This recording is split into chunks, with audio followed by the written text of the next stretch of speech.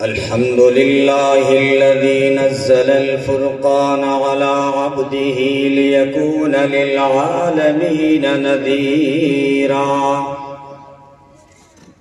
وداعيا إلى الله بإذنه وسراجا منيرا والصلاة والسلام على شمس الهداية واليقين وسلم تسليما كثيرا كثيرا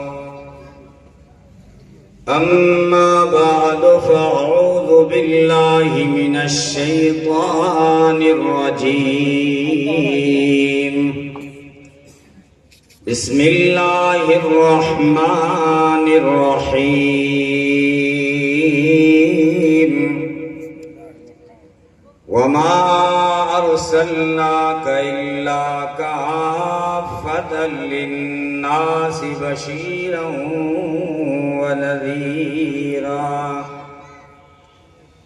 ولكن أكثر الناس لا يعلمون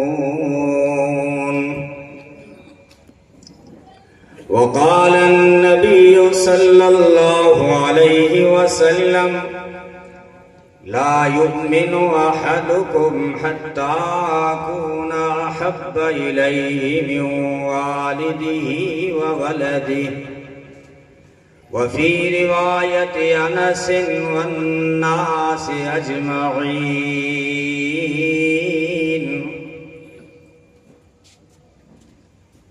ہزار صبح بہار از نگاہ می چکداش جنوز سایہ زلف سیاہ می چکداش جنوز سایہ زلف سیاہ می چکداش چمن چمن گل و نسرین عکس رخ ریزد سبد سبد گل خندان زراہ می چکداش نعت لکھنے کا یہ سامان بنا لوں تو لکھوں مشک و عنبر سے دہن اپنا بسا لوں تو لکھوں چشم حوران بہشتی کا میں کاجل پالوں شاخ سدرہ سے قلم پہلے بنا لوں تو لکھوں یا قلم کی جگہ مل جائے مجھے نوک ہلال شفع سم سے خالی اسے پالوں تو لکھوں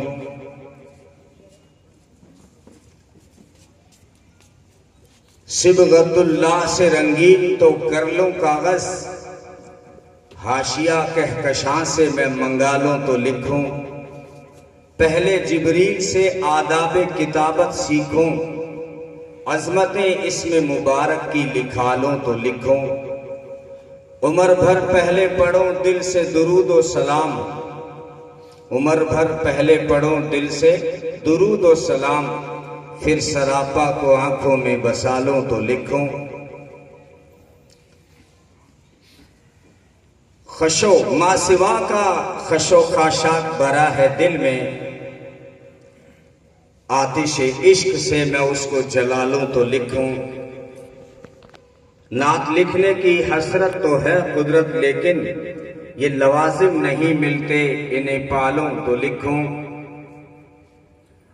آپ کی توجہ ادھر ہی رہے ایک تیرا جمال ہے زینت محفل حیات دونوں جہاں کی رونقیں ہیں تیرے حسن کی زکات تیری جبین سے آشکار پرتو ذات کا فروغ اور تیرے کوچے کا غبار سرمے چشم کائنات چہرہ کشا کرم تیرا کافتاب قیرواں لطف تیرا کرشمہ سنج کعبہ سے تاب سومنات تیرے سلام کے لیے گلشن قدوس کے طیور گھوم رہے ہیں ڈال ڈال جھوم رہے ہیں پات پات دیکھتے ہی تیرا جلال کفر کی صف الٹ گئی جھک گئی گردن حبل ٹوٹ گیا تلسم لات آنکھ کے ایک اشارے سے تو نے معنی بدل دیے، ذہن کے سب تصورات، قلب کے سب تأثرات، چوں و چگونا و چرا تابہ کو جاؤ و تابہ کے، حل کیے ایک بات میں تو نے یہ سرمدی نکات، غیر کو خیش کر دیا، نیش میں نوش بھر دیا، پل میں درست کر دیے بگڑے ہوئے تعلقات۔ کیا ہی وہ انقلاب تھا ڈھل گئے جس میں ایک ساتھ لندن و پیرس و دمشق، پیکن و دہلی و ہرات، اثر نو کیا گیا دودہ آدم ارجمن، مٹ گئی قید خون و رنگ، اٹھ گئی قید خون و رنگ، مٹ گیا فرق نسل و ذات، شان خدائے پاک تھی یسربیوں کی سادگی، جس پہ نثار ہو گئے سب عجمی تکلفات، تیری ثنا میں تر زباں ہو گیا جو میری طرح، اس کے قلم میں آ گئی شان روانی فرات، پست و بلند کے لیے عام ہیں تیری رحمتیں، عرش سے اور فرش سے تجھ پہ سلام اور صلات۔ اللہم صلی علی محمد النبی الامی وعلی آلہ وصحبہ اجمعین۔ قابل عزت احترام علماء کرام، محترم دوستوں، بزرگوں، بداسر کے غیور نوجوانوں، عزت ماں اسلامی ماں بہنوں اور عزیز بیٹیوں، اللہ رب العزت کے بے شمار انعامات اور احسانات ہیں کہ جس نے آج ہمیں اپنے محبوب کی سیرت کی نسبت سے جمع ہونے کی توفیق عطا فرمائی۔ اللہ رب العزت ہم سب کا مل بیٹھنا قبول فرمائے۔ آپ سب قابل مبارکباد ہیں کہ آپ نے اللہ کے محبوب کی سیرت کے لیے بہترین مجلس کا انعقاد کیا ہے، محنتیں کی ہیں۔ اللہ دونوں جہاں میں بہترین آپ کو بدلہ عطا فرمائے۔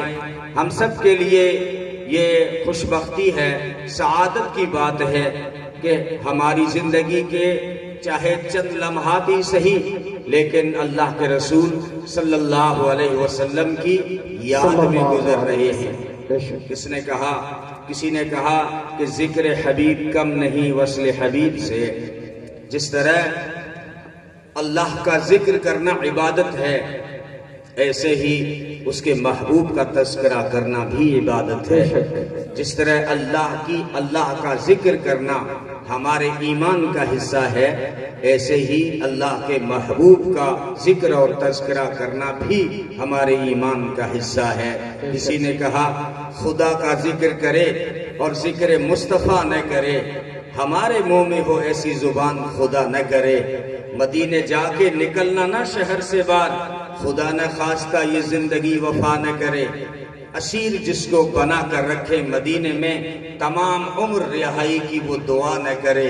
اور کہا خدا نے کہ بخشش کی بات محشر میں، کہا خدا نے کہ بخشش کی بات محشر میں میرا حبیب کرے کوئی دوسرا نہ کرے، میرا حبیب کرے کوئی دوسرا نہ کرے۔ تو اللہ کے رسول صلی اللہ علیہ وسلم کا ہم ذکر کر رہے ہیں اور ربیع الاول کے مہینے میں بیٹھے ہیں۔ یہی تو وہ جو ہے بہار آفرین مہینہ، پر نور مہینہ ہے۔ ویسے تو اس کا نام پہلے سے ربیع الاول اس لیے تھا کہ جب عربوں نے ہمارے آقا صلی اللہ علیہ وسلم کے آباء و اجداد نے جب ان مہینوں کے نام رکھے تو پھر جو ہے یہ بہار کے موسم میں آیا تھا، اس لیے اس کو ربیع الاول کہا گیا۔ لیکن پھر اس ربیع الاول کی بھی قسمت جاگ گئی کہ اسی ربیع الاول میں محمد عربی صلی اللہ علیہ وسلم ساری کائنات کے لیے ایسی بہار بن کر تشریف لائے کہ یہ حقیقی معنی میں ربیع الاول بن گیا، یہ کائنات کی پہلی بہار بن گیا۔ بہاریں تو دنیا میں اور بھی آئی، بہت ساری آئی، لیکن یہ ایک بہار ایسی آئی جو ساری بہاروں پہ چھا گئی، اور وہ جو بہاریں تھی وہ بھی تو اسی ایک بہار کی مرہون منت تھی کہ اگر اس بہار کو آنا نہ ہوتا، اگر میرے آقا کو لانا نہ ہوتا تو نہ پھول کھلتے، نہ سبزے لہکتے، نہ انادل چہکتے، نہ گل مہکتے، نہ کلیاں مسکراتی، نہ جن و انسان ہوتے، اور نہ حور و غلمان ہوتے، نہ جو ہے ہے دریا اور سمندر رواں اور دواں ہوتے، اور نہ لوح و قلم ہوتے، نہ تم ہوتے، نہ ہم ہوتے، یہ پھول نہ ہوتا تو کلیوں کا تبسم بھی نہ ہوتا، یہ گل نہ ہوتا تو بلبل کا ترنم بھی نہ ہوتا، نقش ہستی پہ یہ غنچے سب پریشاں ہوتے، رخت بردوش میں سب دشت و گریباں ہوتے، خیمہ افلاک میں پھر سے تشدد ہوتا، بزم توحید کے نعروں میں تردد ہوتا، نہ دشت و جبل توحید کے حدیقہ ہوتے، نہ مزین تیرے ذکر سے بیاں ہوتے۔ سبحان اللہ، سبحان اللہ، بہت خوب۔ اقبال سہیل کیا کہتا ہے کہ کتاب فطرت کے سرے ورق پر جو نام احمد رقم نہ ہوتا تو یہ نقش ہستی ابھر نہ سکتا، وجود لوح و قلم نہ ہوتا، تیرے غلاموں میں نمایاں جو تیرا عکس کرم نہ ہوتا تو بارگاہ ازل سے تیرا خطاب بھی خیر الامم نہ ہوتا، نہ روئے حق سے نقاب اٹھتا، نہ ظلمتوں کا حجاب اٹھتا، فروغ بخش نگاہ عرفاں اگر وہ چراغ حرم نہ ہوتا، یہ زمین نہ ہوتی، فلک نہ ہوتا، عرب نہ ہوتا، عجم نہ ہوتا، یہ محفل کون و مکان نہ ہوتی اگر وہ شاہ امم نہ ہوتا۔ کیا بات ہے، سبحان اللہ، صلی اللہ علیہ وسلم۔ دنیا میں جتنی بھی بہاریں آئی ہیں وہ اسی ایک بہار کی مرہون منت ہے، اسی مہینے میں آئے۔ کب آئے، کون سی تاریخ تھی، اختلاف تو ہے، لیکن جو مضبوط تاریخ ہو وہی بتا دیجئے مجھے۔ علماء کرام کافی تعداد میں ہیں، مشہور تو اور ہے، لیکن محققین کس تاریخ کے پاس گئے ہیں، ذرا آپ تصدیق کر دیں گے بات کرنا آسان ہو جائے گا۔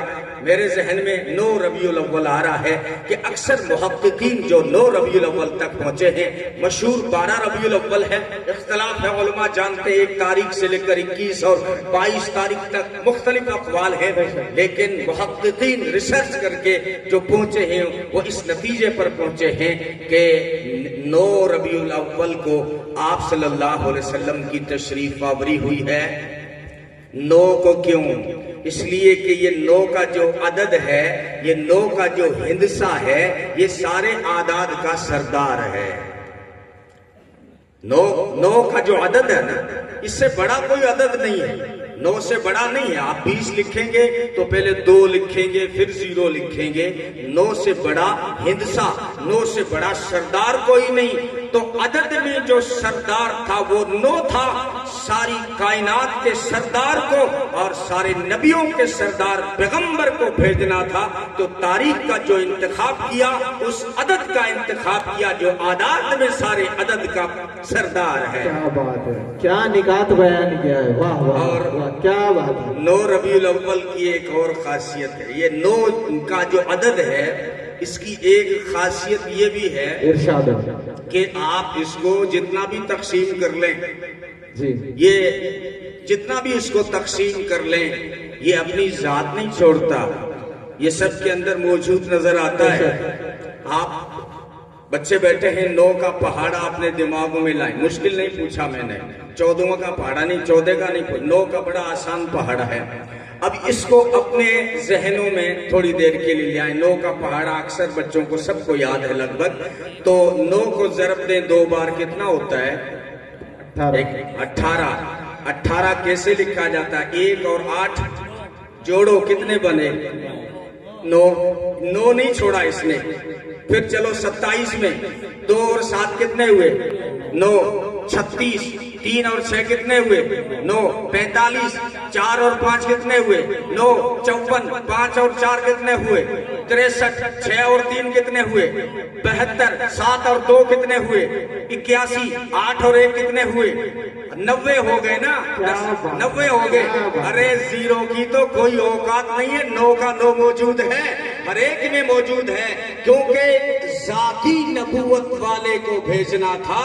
باقی سب کو جو نبوت ملی ہے وہ تو جو ہے ان کے صدقے سے ہے، ان کے طفیل سے ہے۔ اب ذاتی نبوت کو دیکھو، ہر نبی کی نبوت میں، ہر نبی کی صفات میں، ہر نبی کے معجزات میں ان کی نبوت چمکتی ہوئی یوں نظر آتی ہے۔ غور کریں، آدم کے اخلاق ہوں، شیش کی معرفت ہوں، نوح کی شجاعت ہو، صالح کی فصاحت ہو، لوط کی حکمت ہو، دانیال کی محبت ہو، الیاس کا وقار ہو، یوشع کا جہاد ہو، موسیٰ کی شدت ہو، یعقوب کی بصارت ہو، یوسف کا حسن و جمال ہو، اور سلیمان کی شوکت ہو، حضرت داؤد کی خلافت ہو، حضرت عیسیٰ کا زہد ہو۔ آدم سے عیسیٰ تک کچھ نبیوں کو ملا ہے وہ سب اللہ نے اپنے محبوب کو دیا ہے.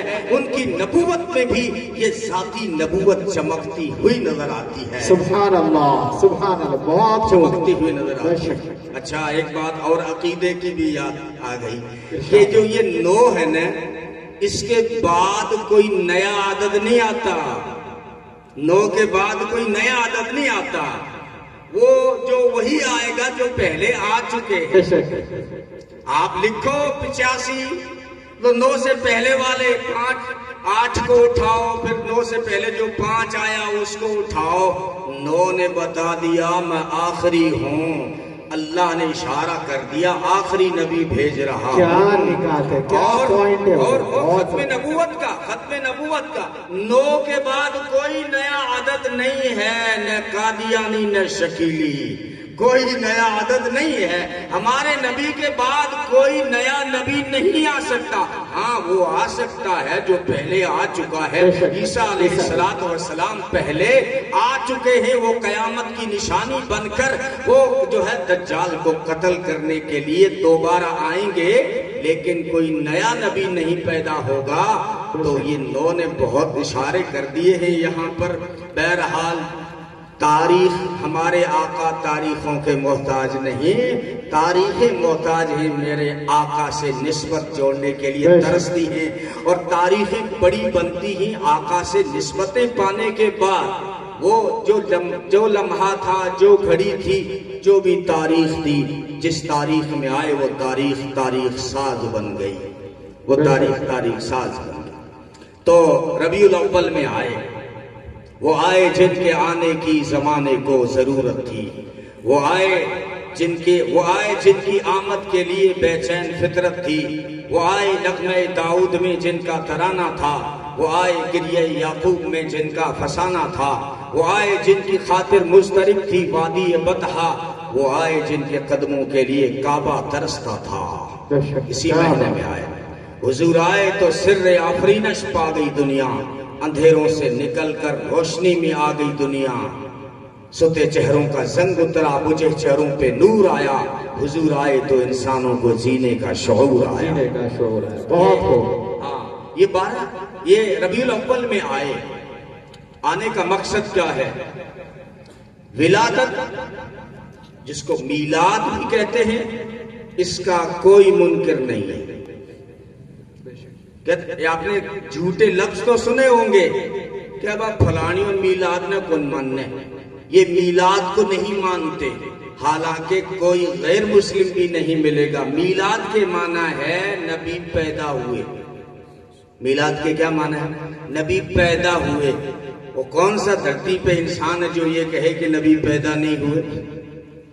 تو میلاد کوئی اپنانے کی چیز نہیں ہے. اپنانے کی چیز نبی کی سیرت ہے. اگر ہم چاہیں بھی نا کہ نبی کی ولادت کو اپنائیں, کسی کے بس میں ہی نہیں ہے. کوئی چاہے کہ میرا بیٹا سوموار کو پیدا ہو, اس کی ماں کے درد بھی نہ ہو, پیدا ہوتے ہی روشنی پھیل جائے, خوشبو پھوٹ پڑے, ممکن ہے؟ تو میلاد منائی جاتی ہے لیکن اپنانے کی چیز نہیں. ہمیں کیا اپنانا؟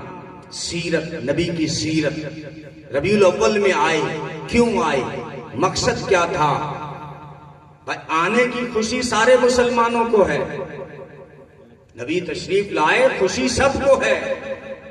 خوشی کا انداز سب کا اپنا اپنا ہے.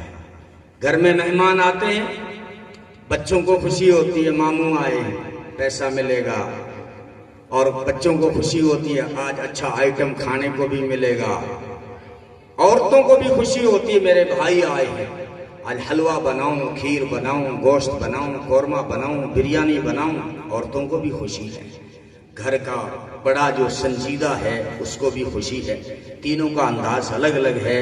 جب عورتوں نے خوشی منائی تو پکوان بنا کر, بچوں نے خوشی منائی, ماموں کی کار پہ پھول ڈال رہے ہیں, گلی سجا رہے ہیں, کمکمے لگا رہے, لائٹیں لگا رہے, ہمارے ماموں آ رہے, دبئی سے آ رہے, سعودی سے آ رہے, خوشی ہو رہی. یہ بچوں کی ادائیں ہیں. گھر کا جو بڑا ہوتا ہے جب مہمان آتا ہے تو وہ مہمان کی باتیں سنتا ہے، اس کے تجربات سے فائدہ اٹھاتا ہے، اس کے مشاہدات سے فائدہ اٹھاتا ہے، پوچھتا ہے برادر نسبتی صاحب آپ کے آنے کا مقصد کیا ہے، کیسے تشریف لائے، کیسے یاد فرمایا، مقصد معلوم کرتا ہے یہ کیوں آئے ہیں، وہ تقاضے میں پورے کروں، میں گھر کا ذمہ دار ہوں۔ تو خوشی علماء دیوبند کی بھی ہے، لیکن ان کی خوشی منانے کا انداز دیکھیے کہ یہ نبی کی سیرت بیان کرتے ہیں، نبی کی زندگی لوگوں کو بتاتے ہیں۔ اور تیری جو خوشی ہے یا تو عورتوں والی پکوان میں لگ جاتا ہے، حلوے کے پیچھے، کھیر کے پیچھے، پوڑی کے پیچھے اور مالیدے کے پیچھے، مٹھائیوں کے پیچھے، یا پھر خوشی مناتا ہے بچوں والی، گلی سجا دو، لائٹیں لگا دو، پھول چھڑک دو، اچھل دو، کودو، جلوس نکالو۔ ارے تو علماء دیوبند کے سامنے بچے کا بچہ ہی ہے، میں نے شیطان کا بچہ نہیں کہا، تو بچے کا بچہ ہی ہے، تو بچے کا بچہ ہی ہے۔ خوشی سب کو ہے، لیکن مقصد ہمیں معلوم کرنا ہے کہ اللہ نے کیوں بھیجا، کس لیے آئے، اتنا حسین دیا، جمیل دیا، نبیوں کا سردار دیا، مقصد کیا ہے۔ حضرت ابراہیم علیہ السلام دعا کر رہے تھے، تب بھی مقصد کو سامنے رکھے ہوئے تھے۔ ربنا وابعث فیہم رسولا یتلو علیہم آیاتک وَيُعَلِّمُهُمُ الْكِتَابَ وَالْحِكْمَةَ وَيُزَكِّيهِمْ، کہ یہ تیرا آخری محبوب جو بھیجنا وہ میری اولاد میں سے بھیجنا۔ ہاں، لَقَدْ جَاءَكُمْ رَسُولٌ مِّنْ أَنفُسِكُمْ، یہ رسول جو تمہارے پاس آیا ہے یہ خاص رسول ہے، کوئی عام نہیں۔ من انفسکم، تم میں سے ہے، من انفسکم، تم جیسا نہیں ہے، تم میں سے تو ہے، کیونکہ ابراہیم نے مانگا اور کہا میری اولاد میں سے بھیج۔ میں کوئی، اللہ فرماتے کوئی میں غیر منصف نہیں ہوں کہ مانگے ابراہیم اور دے دو جبریل کو، نہیں، انہوں نے مانگا، کعبہ انہوں نے بنایا، بیٹے کے گلے پہ چھری انہوں نے چلائی، آگ کے اندر وہ کودے، وطن انہوں نے چھوڑا، انہوں نے والدین کو چھوڑا، سوسائٹی کو چھوڑا، اور جو ہے بادشاہی کو لات ماری، وزارت کو لات ماری ہے، سب کا مقابلہ کیا ہے، سب جو ہے ناراض تھے۔ دنیا کہہ رہی تھی او ابراہیم تو تیرے رب کو چھوڑ دے، رب کہہ رہے تھے او میرے خلیل تو میرے خاطر سب کو چھوڑ دے۔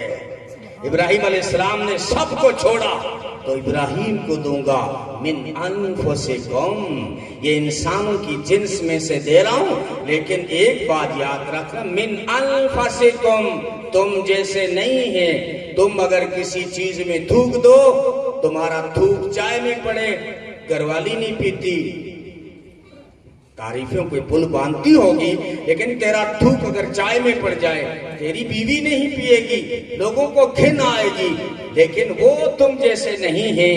ان کا لعاب دہن، جب بیر عریس جس کا پانی کھارا تھا، محمد عربی کا لعاب دہن کیا پہنچا کہ اس کنویں کا پانی شہد سے زیادہ میٹھا ہو گیا، سبحان اللہ، شہد سے زیادہ میٹھا ہو گیا۔ کیا نبی، تو تم میں سے ہیں، تم جیسے نہیں۔ اچھا، یہ کیسے ہو سکتا ہے؟ یہ کیسے ہو سکتا ہے کہ تم میں سے ہیں اور تم جیسے نہیں؟ کوئی چیز اسی جنس سے ہو اور اس جنس جیسی نہ ہو، یہ کیسے ہوتا ہے؟ ہوتا ہے، تیری آنکھوں کے سامنے ہوتا ہے، غور نہیں کرتا، دیکھا نہیں۔ پتھر تو وہ بھی ہے جو تیرے گھر کی نیو بنیاد اساس میں لگا ہوا ہے، پتھر تو وہ بھی ہے جو اسکول میں لگا ہوا ہے، پتھر وہ بھی ہے جو سڑک کے کنارے کھڑا ہو کر کلومیٹر بتاتا ہے، پتھر وہ بھی ہے جو حجر اسود ہے، خانہ کعبہ کے پہلو میں رکھا ہوا ہے۔ حجر اسود پتھروں میں سے پتھر ہے، پتھروں جیسا پتھر نہیں۔ آنکھیں بھی ہیں، دیکھتا ہے، سنتا ہے، وہ تو دور دور سے لبیک اللہم لبیک پڑھ رہا ہوتا ہے، وہ پتھر تیرے گناہوں کو کیچ کر رہا ہوتا ہے، وہ پتھر کیچ کر رہا ہوتا ہے۔ بعض پتھروں کی خاصیت ہوتی ہے، ہم سرسری پڑھ کے گزر جاتے ہیں۔ بہت سی مرتبہ آپ نے سنا کہ غزوہ خندق کے موقع پر صحابہ بھوک سے نڈال تھے، ایک صحابی آ کر عرض کرتا ہے اللہ کا رسول بھوک کی وجہ سے ہم نے بہت سارے صحابہ باندھے تھے، ہم نے اپنے پیٹ پر پتھر باندھا ہوا ہے، پتھر باندھا ہوا ہے۔ اب یہ آپ نے کئی بار سنا، اور آپ کھیت چلے گئے، 1 بج گئی، پیچھے سے ٹفن نے آیا، پیٹ پہ بڑا پتھر اٹھا کے مت باندھ لینا، حدیث کو پہلے سمجھنا۔ عام طور پر ذہنوں میں یہ مفہوم ہے کہ وہ کمر سیدھی نہیں ہو رہی تھی تو کوئی بڑا سا پتھر اٹھا کے یہاں باندھ دیا ہوگا تاکہ کمر سیدھی رہ سکے۔ اللہ جزائے خیر دے مولانا شیخ یونس جونپوری رحمت اللہ علیہ کو نقطہ حل کر گئے، فرمایا کوئی بڑے پتھر نہیں تھے، تم نے غور نہیں کیا، یہ کوئی عام بات نہیں ہے، سائنس کی بات ہے۔ کہتے ہیں عرب کے پہاڑوں کے پاس چھوٹے چھوٹے پتھر ہیں ٹھکری نما، جن کی موٹائی بڑی مشکل سے 1.5 انچ بھی نہیں ہے، جیسے راجستھان کے ماربل کے ٹکڑے ہوتے ہیں جو ٹکڑی تم اپنے گھروں کی چھتوں پہ لگاتے ہو، یہ ٹکڑیاں تھی۔ اور اللہ کے رسول صلی اللہ علیہ وسلم کو اور صحابہ کو یہ بات معلوم ہوئی کہ عرب کے پہاڑوں کے دامن میں یہ جو ٹھکری نما پتھر پڑے ہیں، ان کی ایک تاثیر ہے کہ جب بھوک لگ جائے، جب بھوک لگتی ہے معدے میں گرمی پیدا ہوتی ہے، اور وہ پتھر ایسی خاصیت رکھتا ہے جب اس کو پیٹ پہ باندھا جائے تو معدے کی گرمی کو کھینچ لیتا ہے، معدے میں ٹھنڈک پیدا کرتا ہے، اس لیے وہ پتھر باندھا گیا تھا۔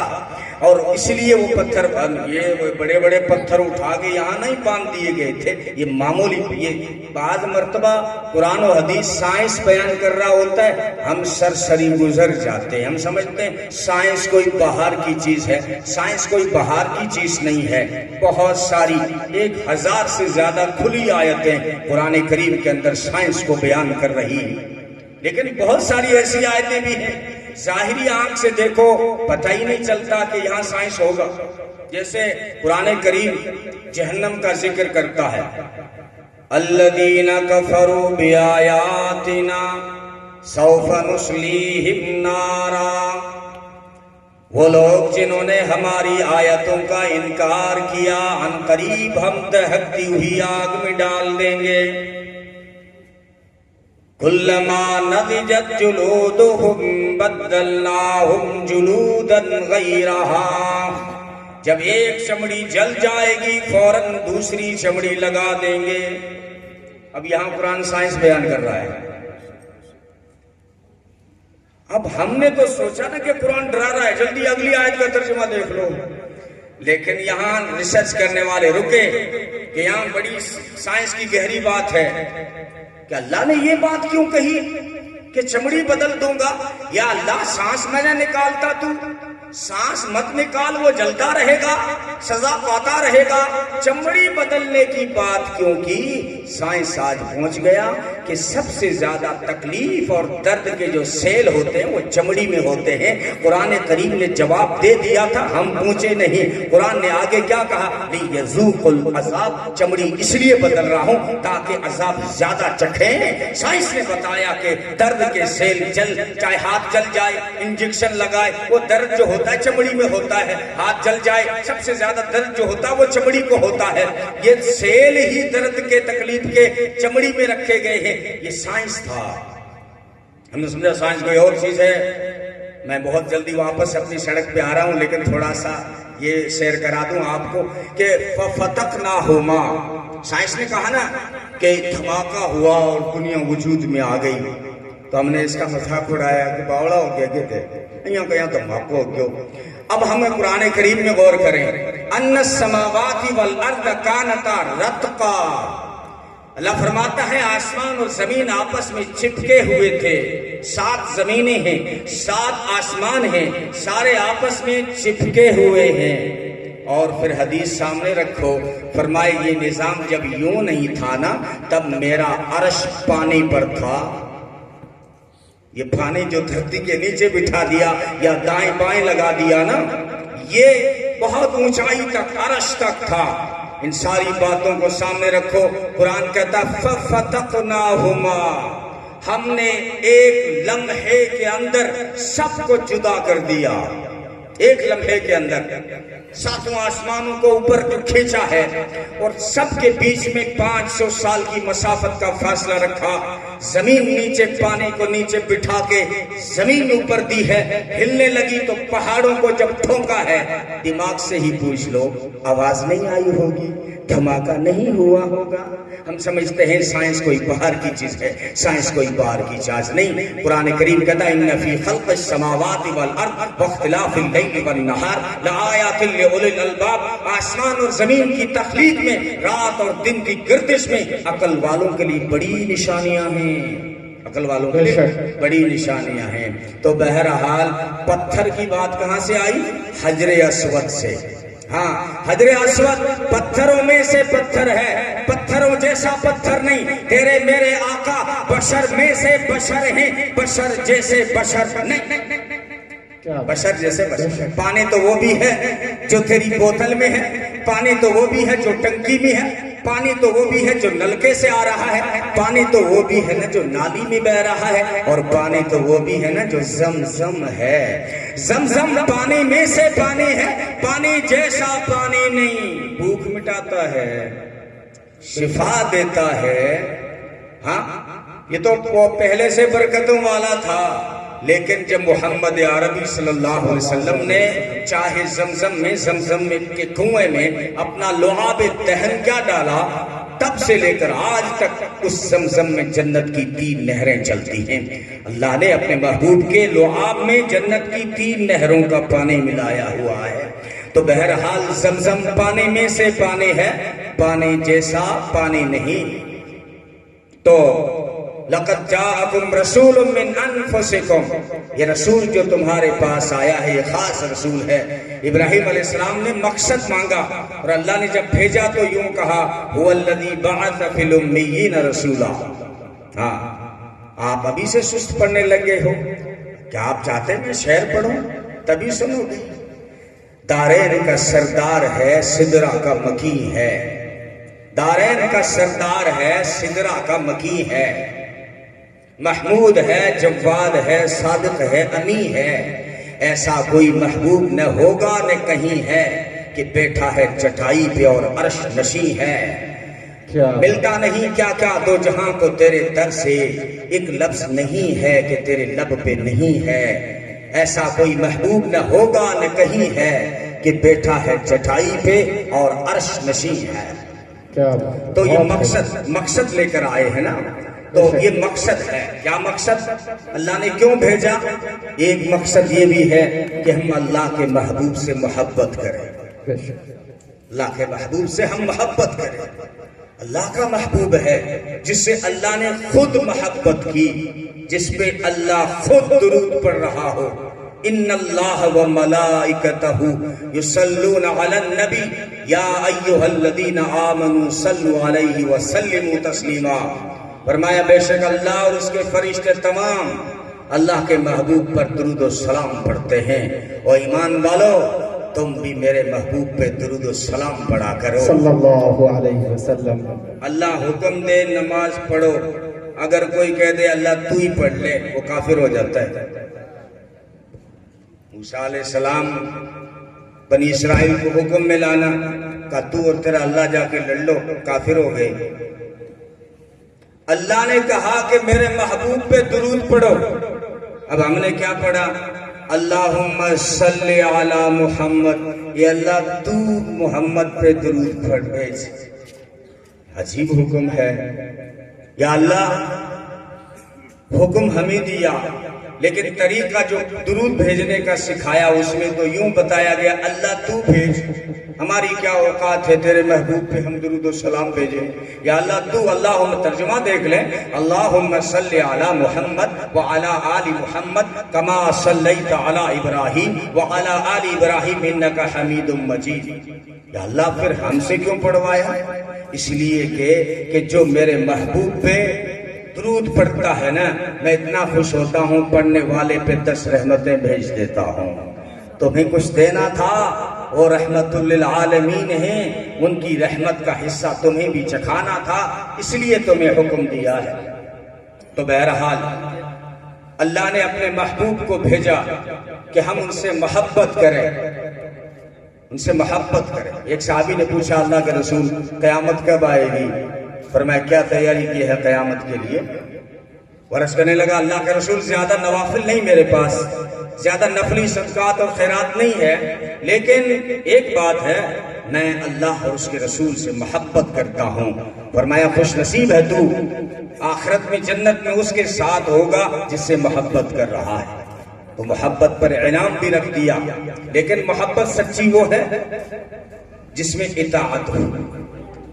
تو ہم صحیح میلاد منانا، صحیح نبی کی سیرت کا فائدہ اٹھانا یہ ہے کہ ہم ان سے دل سے سچی محبت کریں، ایسی محبت کہ ہمیں ان کی اطاعت پہ کھڑا کر دے، اور نبی کی اطاعت اللہ کے محبوب کی معیت عطا کرتی ہے، جنت عطا کرتی ہے۔ تو سنتوں پہ چلنے کا عزم کریں، نقش قدم نبی کے ہی جنت کے راستے اللہ سے ملاتے ہیں سنت کے راستے۔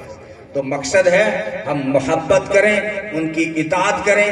وہ زندگی لے کر آئے ہیں، پوری زندگی کا کوئی ایسا شعبہ نہیں جہاں انہوں نے گائیڈ لائن جاری نہ کی ہو۔ معلوم کریں، سیرت کا مطالعہ کریں، اور پھر جو ہے ان کی زندگی کو اپنی زندگی میں زندہ کریں۔ یہی بہت بڑا مقصد ہے۔ اللہ رب العزت نے اپنے محبوب کو ساری کائنات کے لیے رحمت بنا کر بھیجا ہے۔ وما ارسلناک الا رحمتا للعالمین، سب کے لیے رحمت بن کر آئے ہیں، انسانوں کے لیے رحمت بن کر آئے، جنات کے لیے، فرشتوں کے لیے۔ صرف کہنے کی باتیں نہیں ہیں، جنات آ کر کہتے ہیں اللہ کے رسول یہ آپ کی جو امت ہے نا، اس سے آپ حکم دیں کہ یہ ہڈی سے استنجا نہ کریں، کیونکہ ہڈی ہماری خوراک ہے اور پسندیدہ خوراک ہے۔ آپ لوگوں کو منع کریں۔ تو جنات کی شکایت پر اللہ کے رسول صلی اللہ علیہ وسلم نے اپنی امت میں اعلان کیا کہ جو ہے میری امت آج کے بعد تم ہڈی سے استنجا مت کرنا۔ جنات کے لیے رحمت بن کر آئے، حیوانوں کے لیے رحمت بن کر آئے، اور پرندوں کے لیے، پتھروں کے لیے، جمادات، مطلب چھوٹی چھوٹی چیزیں۔ فرمایا احد پہاڑ سے میں محبت کرتا ہوں۔ چڑیا کے بچے کسی نے پکڑے، حضرت انس کہتے ہیں اس کی ماں اوپر اڑنے لگی، نبی نے فرمایا چڑیا کے بچے چھوڑ دو، اس کی ممتا، ماں کی ممتا مچل رہی ہے، ماں پریشان ہو رہی ہے، چڑیا کے بچے چھوڑ دو۔ تو پرندوں کے لیے رحمت بن کر آئے۔ اونٹ آ کر شکایت کرتا ہے، ہرنی آ کر شکایت کرتی ہے، نبی نے حقوق بتائے۔ جانوروں کو پالنے کی اسی وقت آپ کو اجازت ہے جب آپ جانور کو چارہ کھلا سکتے ہو، پانی پلا سکتے ہو۔ اگر پانی نہیں پلاتے، جو چارہ نہیں کھلاتے، تو جانور کو باندھنے کا بھی کوئی حق نہیں ہے، پھر انہیں کھلا چھوڑ دو۔ بنی اسرائیل کی بات سنائی، ایک عورت نے بلی کو باندھا، نہ کھلایا نہ پلایا، بلی مر گئی، عورت کے لیے دوزخ کا فیصلہ ہو گیا۔ دو واقعات ملے حدیثوں میں، ایک مرد کا، ایک عورت کا، کہ جو ہے سفر میں ہیں، کتے کو پیانے پلاتے ہیں۔ علامہ عبدالشکور دین پوری فرمایا کرتے تھے، پیاسا کتا تھا، اور جب کتے کو پانی پلایا، کتے کو ہوش آیا، خدا کی رحمت کو جوش آیا، اس کے لیے جنت کا فیصلہ ہو گیا۔ فرمایا ارحمو من فی الارض یرحمکم من فی السماء، تم زمین والوں پر رحم کرو، آسمان والا تم پر رحم کرے گا۔ سب کے لیے رحمت بن کر آئے، ہاں سب کے لیے، انسانوں کے لیے، غیر مسلموں کے لیے بھی رحمت بن کر آئے۔ وہ سمامہ بن اسال جب اسلام میں آیا، مکہ والوں کا اناج روک دیا کہ جنہوں نے میرے نبی کو ستایا ان کو اناج کا دانہ بھی نہیں دوں گا۔ انہوں نے شکایت کی، اللہ کے رسول آپ کے پیارے نے جو ہے نجد کے علاقے سے آنے والا اناج روک دیا ہے، آپ جو ان سے کہیں کہ اناج تو بند نہ کریں۔ محمد عربی صلی اللہ علیہ وسلم نے فرمایا وہ سمامہ اگرچہ وہ ہمارے دشمن ہیں لیکن وہ انسان ہیں، تم تو انہیں میرا رشتہ دار ہی سمجھ کے اناج کو شروع کر دو۔ مشرکین کے لیے رحمت بن کر آئے، مشرکین خانہ کعبہ کا گلا پکڑ کے دعا کر رہے تھے، اللہم ان کان ھذا ھو الحق من عندک فامطر علینا حجارۃ من السماء او ائتنا بعذاب علیم۔ یہ اللہ اگر تیرا قرآن سچا ہے، تیرا محبوب اگر سچا ہے تو ہم پر آسمان سے پتھروں کی بارش برسا، ہمیں ان پر کوئی سخت عذاب ہی بھیج دے۔ یعنی ایک تنزیہ تھی، بد دعا تھی، خود کے لیے ہلاکت مانگ رہے تھے، لیکن اللہ نے فرمایا وما کان اللہ لیعذبہم وانت فیہم۔ میرے محبوب عذاب تو خود مانگ رہے ہیں، میرا قرآن بھی سچا ہے، میرا محبوب بھی سچا ہے، عذاب خود مانگ رہے ہیں پھر بھی نہیں دیتا۔ کیوں نہیں دیتا؟ اس لیے کہ وانت فیہم، میرے محبوب مکہ کی گلیوں میں تو بھی تو چلتا ہوا نظر آتا ہے، تیری برکت سے میں مشرکین کو بھی عذاب نہیں دیتا۔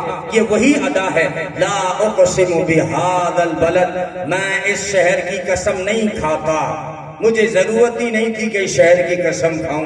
یا اللہ قسم کیوں نہیں کھاتا؟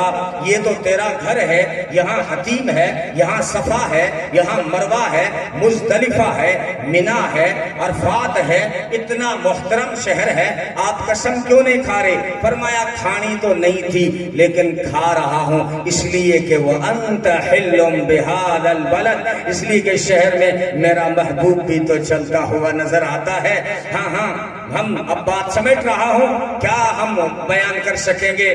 تو جو ہے آپ یہ مقصد سامنے رکھیں کہ ہمیں اپنے آقا سے محبت کرنی ہے، ان کی اطاعت کرنی ہے، ان کی عظمت دل میں ہو، اور جو انہوں نے جو حکم دے دیا پھر اپنا دماغ استعمال نہ کریں، لوگوں کا پھر شوق نہ دیکھیں۔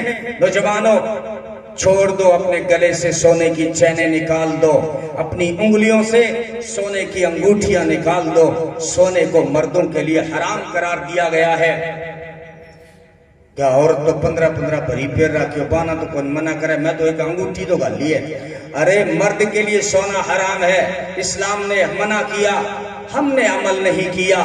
اب ڈاکٹر آئے میدان میں، جرمنی کے ڈاکٹر آئے اور چائنا کے ڈاکٹر آئے، 2024 میں نئی ریسرچ لے کر آئے کہ سونا جب انسان کی باڈی کے ٹچ ہوتا ہے ایسے جراثیم پیدا کرتا ہے، دنیا میں کسی کے پاس اس کا علاج نہیں ہے، نہ ناسا کے پاس، نہ یورپ میں، نہ برطانیہ میں، کسی ڈاکٹر کے پاس کوئی علاج نہیں، ایسے جراثیم باڈی میں سونا ڈالتا ہے۔ اسی ڈاکٹر سے پوچھا گیا کہ جب تو نے بیماری بتائی ہے تو علاج بھی بتا، کہنے لگا علاج کچھ نہیں، دوا کچھ نہیں، آپریشن کچھ نہیں، انجیکشن کچھ نہیں، اگر کوئی سونا کسی کی باڈی کے ٹچ ہو جائے علاج یہی ہے کہ اس کی باڈی سے خون نکال دو، جراثیم نکل جائیں گے۔ اب اپنا یہ تھوڑا سا دماغ بھی استعمال کر کہ کبھی کبھار تیری اسکوٹی پھسلتی ہے، کبھی کبھی چلتے ہوئے راہ میں ٹھوکر لگتی ہے، تیری انگلی سے خون آتا ہے، اور تو نے جو انگوٹھی سونے کی پہنی تھی وہ جراثیم جو تیری باڈی میں گئے تھے، اللہ کتنا مہربان ہے، تھوڑی سی ٹھوکر پہنچا کر خون نکال کر ان جراثیم کو نکال دیتا ہے۔ لیکن بھایا روز روز ٹھوکر کونے لگ گیا کی، روز روز تیری اسکوٹی کونے پڑے گی، روز روز کٹھسوں خون نکالے گو، یہ تو فطرت ہے، اس طرف تو خون نکلتا ہے ہر مہینے، اس لیے ان کو سونا پہننے کی اجازت دے دی گئی، لیکن تیرے لیے سونا نقصان دہ تھا اس لیے تیرے لیے حرام کر دیا گیا۔ اگر تو کہ شراب اگر پیے گا اللہ کا کیا نقصان ہوگا؟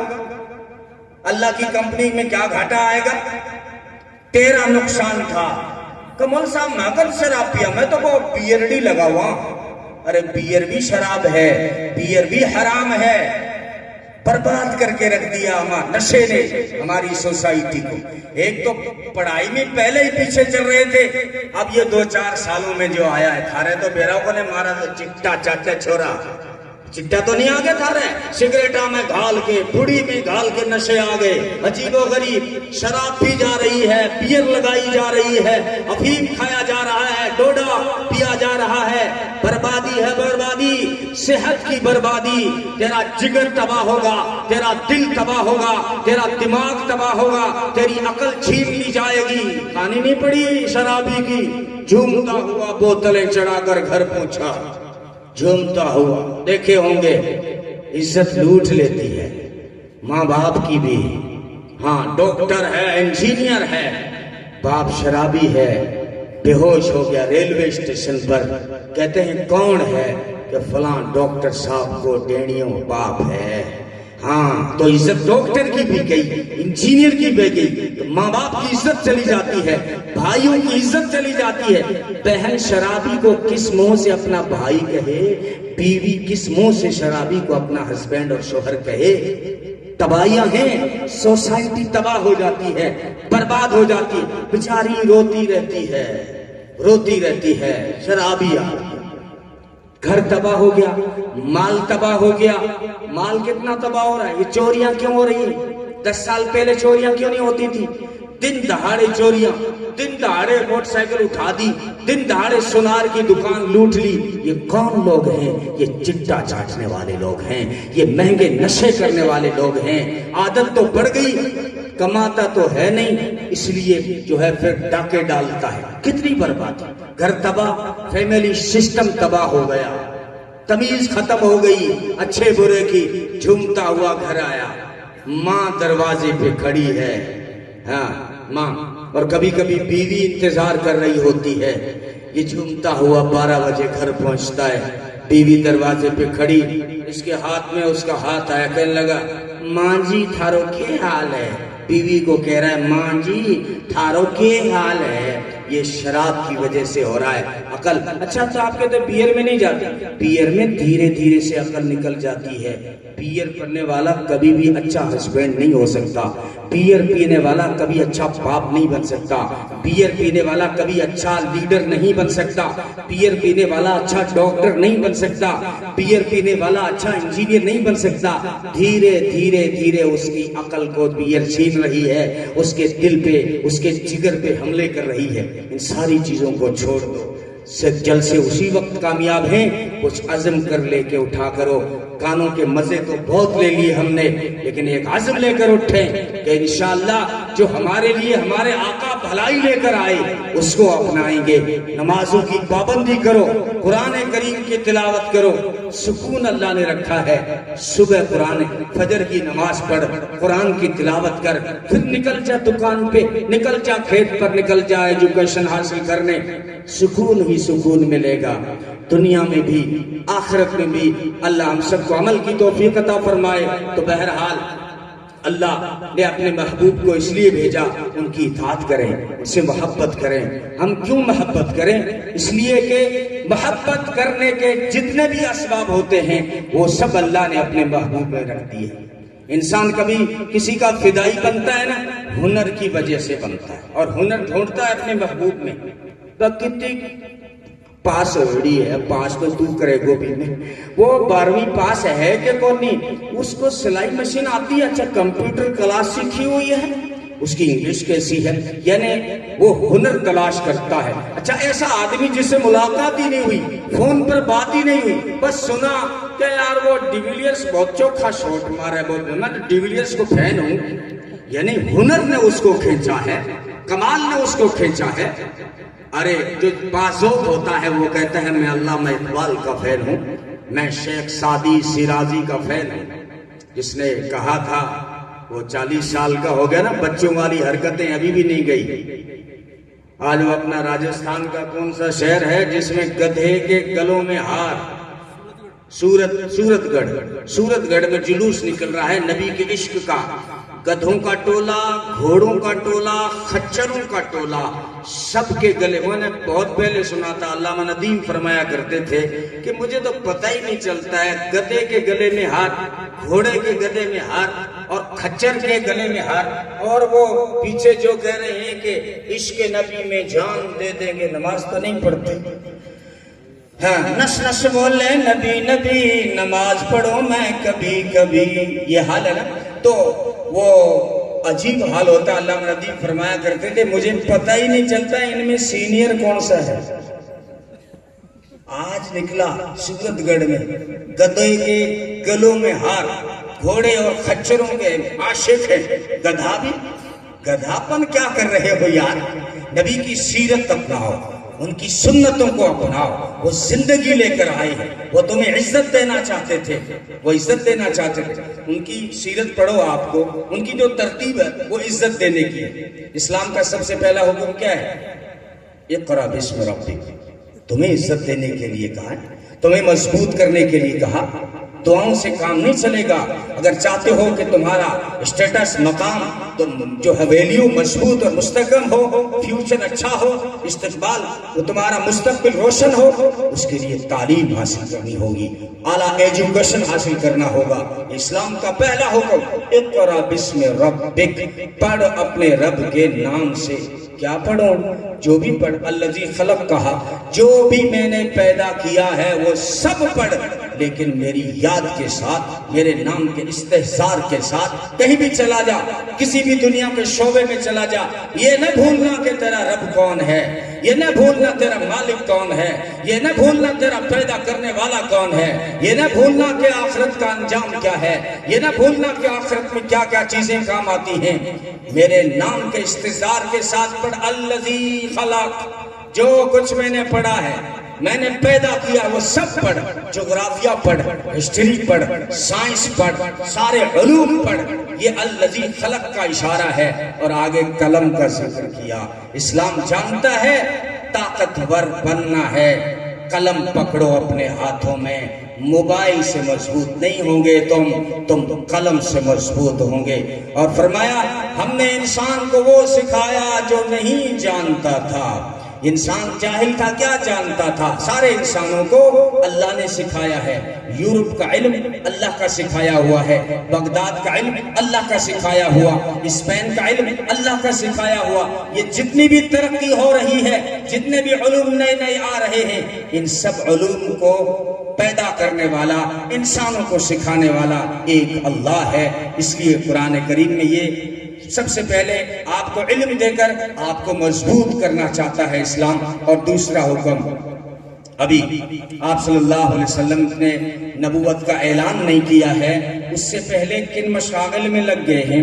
2-3 بڑے اہم مشغلے ہیں. ایک یہ ہے کہ 12 سال کی عمر ہے اور تجارت کے لیے ملک شام جا رہے ہیں.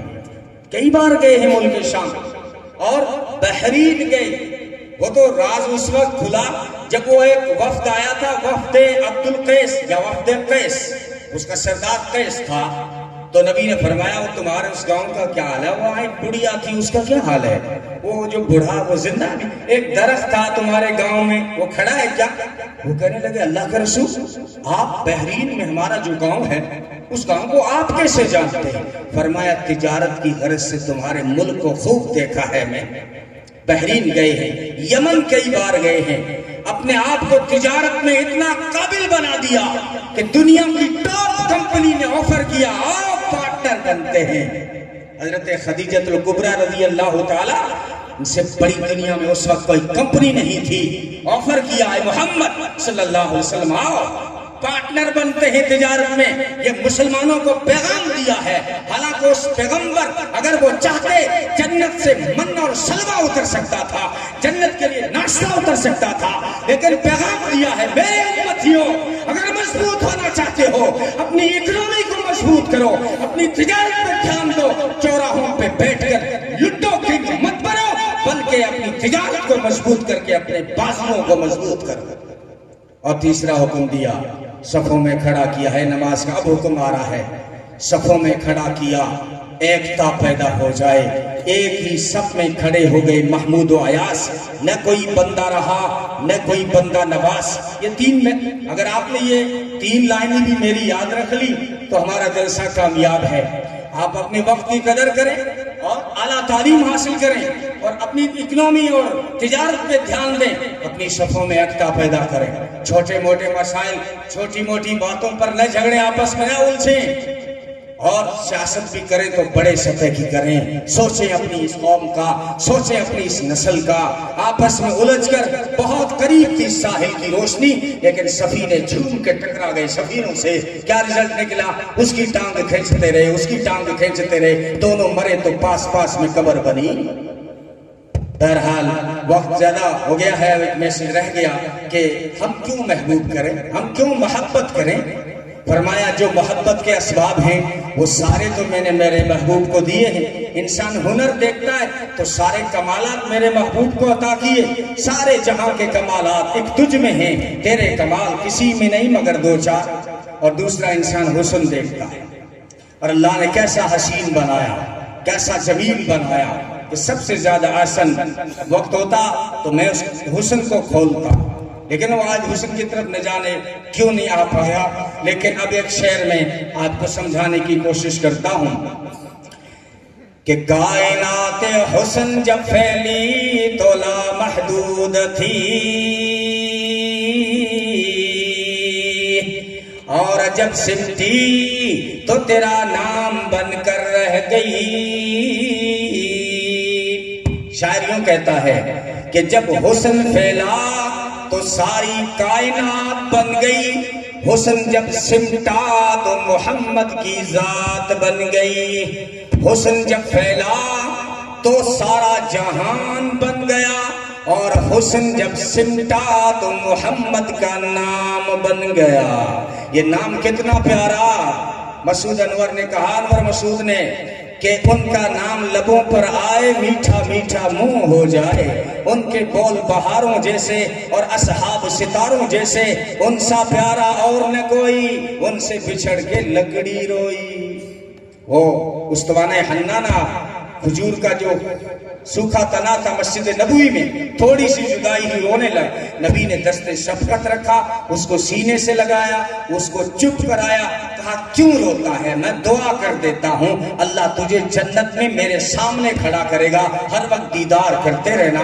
راضی ہو گیا، قدموں میں دفن کر دیا گیا اس کھجور کے سوکھے تنے کو. یہ ہمارے لیے یہاں پر پیغام دیا ہے کہ ہمارے آقا وہ تھے جنہوں نے سوکھے تنوں کو سینے سے لگایا، دست شفقت رکھا. اگر سچے مسلمان ہو تو یتیموں کے سر پہ دست شفقت رکھا کرو، بیواؤں کو، مسکینوں کو سنبھالا کرو، اور کمزوروں کو